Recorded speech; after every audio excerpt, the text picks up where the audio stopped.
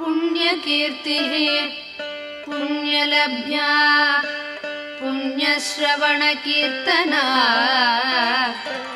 पुलोमजार्चिता बन्धमोचनी बन्धुरालका विमर्शरूपिणी विद्या प्रियदादिजगत्प्रसूः सर्वव्याधिप्रशमने सर्वमृत्युनिवारिणे अग्रगण्या चिन्त्यरूपा कलिकल्मषनाशिने